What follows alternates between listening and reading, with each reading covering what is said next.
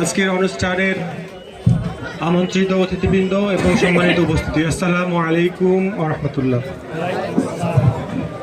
আমরা একটা বিষয়ে আজকে এই জনসভা 1 নম্বর ওয়ার্ড 15 নম্বর নয়ালভাই ইউনিয়নের উদ্যোগে, সেটা হচ্ছে পিআর পদ্ধতিতে নির্বাচন এবং অরাজকতার বিরুদ্ধে আমাদের যে অবস্থান সেই বিষয়ে। আমরা জাতি হিসাবে আসলেই দুর্ভাগা। 1947 দেশ ভাগ হলো,